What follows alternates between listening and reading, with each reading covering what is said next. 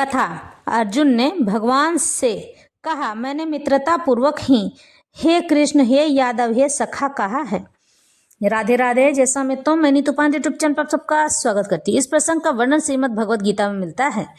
मैं आपको आज बता दूं कि पिछले भाग में हमने सुना था कि अर्जुन को भगवान ने दिव्य दृष्टि प्रदान की। उसके बाद हमने कथा सुनी कि भगवान के दिव्य रूप को दिव्य दृष्टि से अर्जुन ने देखा। उसके बाद आज की कथा यह है कि भगवान को मोहवश अर्जुन यह कहता है कि हे माधव, हे कृष्ण, हे सखेती, मैंने आपको यूं ही कहा है मित्रता पूर्वक, जो कि भगवान मेरे पास रहते हुए भी मैं भगवान को न समझ सका। लेकिन भगवान भी किसी को समझाना कहाँ चाहते हैं। जब उनकी इच्छा होती है तभी वो अपने भक्त को अपना स्वरूप बताते हैं, और जब बताते हैं तो पूरा ब्रह्मांड उसका साक्षी हो जाता है। आज इसी बात की चर्चा अर्जुन से हो रही है। अर्जुन और श्री कृष्ण भगवान इस बात को लेकर बात कर रहे हैं। सखेति मत्वा परशुभम यदुक्तम, हे कृष्ण, हे यादव, हे सखेति, अजानता महिमानं तवेदम, मया प्रमादात् प्रण ये निवापि, यश्चाव हासार्थम सत्कृतो अबिसि, विहार शय्यासन भोजनेषु एको अथ वाप्यच्युत तत्समक्षम तक्षामये त्वामहं प्रमेयम्। आपको अपना मित्र मानते हुए मैंने हठपूर्वक ही आपको हे कृष्ण, हे यादव, हे सखेती, हे जैसे संबोधनों से पुकारा है, क्योंकि मैं आपकी महिमा को नहीं जानता था। मैंने मूर्खतावश या प्रेमवश जो कुछ भी किया है, कृपया उसके लिए मुझे क्षमा कर दीजिए। यही नहीं, मैंने कई बार आराम करते समय एक साथ लेटे हुए या साथ साथ खाते या बैठे हुए, कभी अकेले तो कभी अनेक मित्रों के समक्ष आपका अनादर किया है। हे अच्युत, मेरे इन समस्त अपराधों को क्षमा कर दीजिए। आज अर्जुन अपने मोह में फंसे इस बंधन से अपने अपने श्री हरि मित्र से, अपने कृष्ण से क्षमा मांगते हैं। यद्यपि अर्जुन के समक्ष कृष्ण अपने विराट रूप में प्रस्तुत हैं, किंतु उसे कृष्ण के साथ अपना मैत्री भाव याद आ रहा है। इसलिए वह मित्रता के कारण होने वाले अनेक अपराधों को क्षमा करने के लिए प्रार्थना कर रहा है। वह स्वीकार करता है कि पहले उसे ज्ञात न था कि कृष्ण ऐसा विराट रूप धारण कर सकते हैं, इसलिए मित्र के रूप में कृष्ण ने उसे यह समझाया था। अर्जुन को यह भी पता नहीं था कि उसने कितनी बार हे मेरे मित्र, हे कृष्ण, हे यादव जैसे संबंधों के द्वारा उनका अनादर किया है और उनकी महिमा स्वीकार नहीं की है। किंतु कृष्ण इतने दयालु और कृपालु हैं कि इतने ऐश्वर्य मंडित होने पर भी अर्जुन से मित्र की भूमिका निभाते रहे।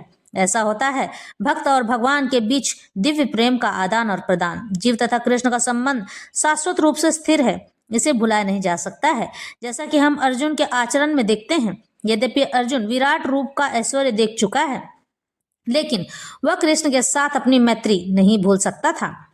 आप पितासि लोकस्य चराचरस्य त्वमस्य पूज्यश्च गुरुर्गरीर्यान्, न त्वत्समो अस्तस्य अभ्याधिकः कुतो अनन्यो, लोकत्रये अप्यप्रतिमप्रभाव।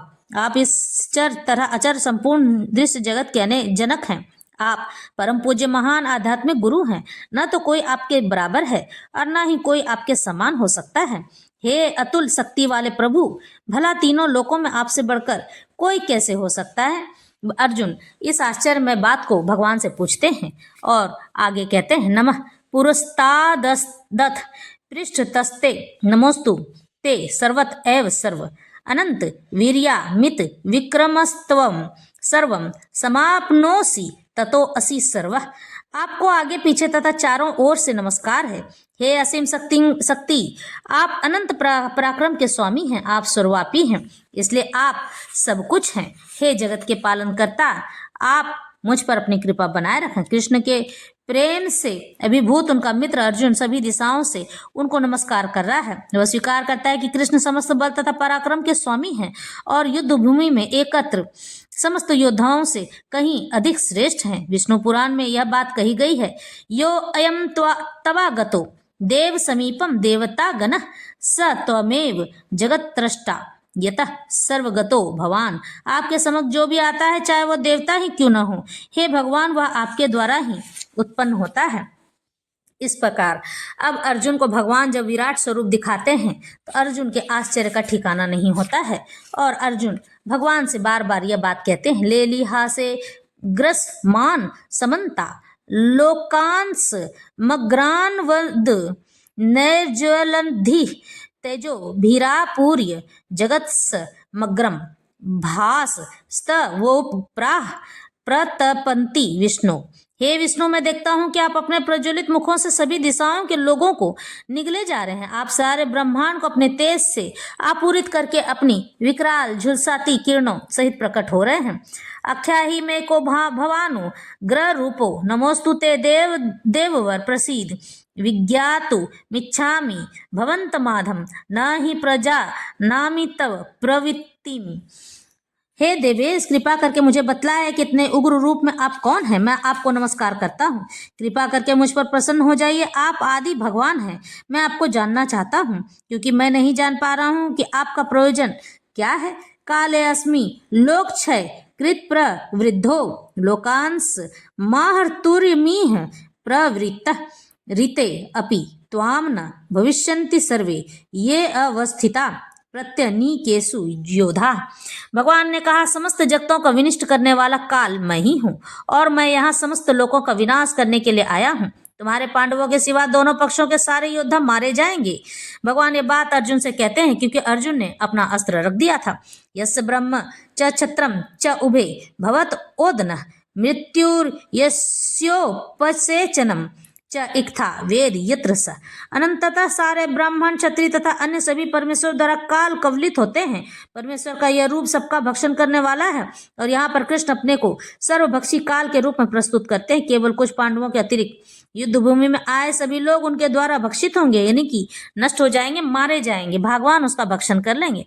अर्जुन लड़ने के पक्ष में न था, वह युद्ध न करना श्रेयस्कर समझता था क्योंकि तब किसी प्रकार की निराशा न होती। किंतु भगवान का उत्तर है कि यदि वह नहीं लड़ता तो भी सारे लोग उसके ग्रास बनते क्योंकि यही उनकी इच्छा है। यदि अर्जुन नहीं लड़ता तो वे सब अन्य विधि से मरते। मृत्यु रोकी नहीं जा सकती है, चाहे वह लड़े या ना लड़े। वस्तुतः वे पहले से मृत हैं। काल विनाश है और परमेश्वर की इच्छा अनुसार सारे संसार को विनष्ट होना है। यह प्रकृति का नियम है। तस्मात्व मुत्तिष्ठ यशो लभस्व जित्वा शत्रून् भुङ्क्ष्व राज्यं समृद्धं मये वैते निहता पूर्वमेव निमित्त मात्रम भव सब साची। अतः उठो, लड़ने के लिए तैयार हो और यश अर्जित करो। अपने शत्रुओं को जीत कर संपन्न राज्य का भोग करो। ये सब मेरे द्वारा पहले ही मारे जा चुके हैं और हे सव्यसाची, तुम तो युद्ध में केवल निमित्त मात्र हो, एक जरिया हो। तुम क्या लड़ोगे? सब काम तो मैं ही करता हूँ। द्रोणम च भीष्मम च जयद्रथम च कर्णम तथा न्यानपि योध वीरान मया हतास्त्वं जहिमा व्यथिष्टा युद्धस्व जेतासि रणे सपन्तनान। द्रोण, भीष्म, जयद्रथ, कर्ण तथा अन्य महान योद्धा पहले ही मेरे द्वारा मारे जा चुके हैं, अतः तुम उनका वध करो और तनिक भी विचलित न हो। तुम केवल युद्ध करो, युद्ध में तुम अपने शत्रुओं को परास्त करोगे।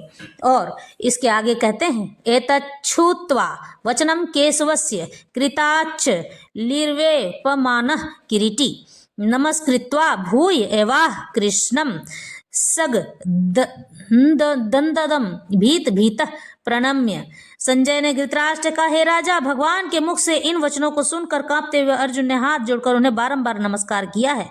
फिर उसने भयभीत होकर अवरुद्ध स्वर में कृष्ण से इस प्रकार कहा है, स्थाने ऋषिकेश कीर्तिया जगत प्रभु प्रहस्यत्य नुर्ज्यते च रक्षांसि भीतानि दिशो द्रवंती सर्वे नमस्यन्ति सिद्ध संगा। अर्जुन का, हे ऋषिकेश, आपके नाम के श्रवण में संसार हर्षित होता, खुश होता है और सभी लोग आपके प्रति अनुरक्त होते हैं। यद्यपि सिद्ध पुरुष आपको नमस्कार करते हैं, लेकिन असुरगण भयभीत होते हैं, डरते हैं और इधर उधर भाग रहे हैं। यह ठीक ही हुआ है ना। कस्माश्च तेन नमेर नमः महात्मन गरीयसे ब्राह्मणो अप्यादि कत्रे अनंत देवेश जगत्रिवास त्वमक्षरम सद सत्य परम यत। हे महात्मा, आप ब्रह्मा से भी बढ़कर हैं, आप आदि त्रष्टा हैं, तो फिर वे आपको सादर नमस्कार क्यों न करें। हे अनंत, हे देवेश, हे जगत्रिवास, आप परम स्रोत अक्षर कारणों के कारण तथा इस भौतिक जगत से परे हैं।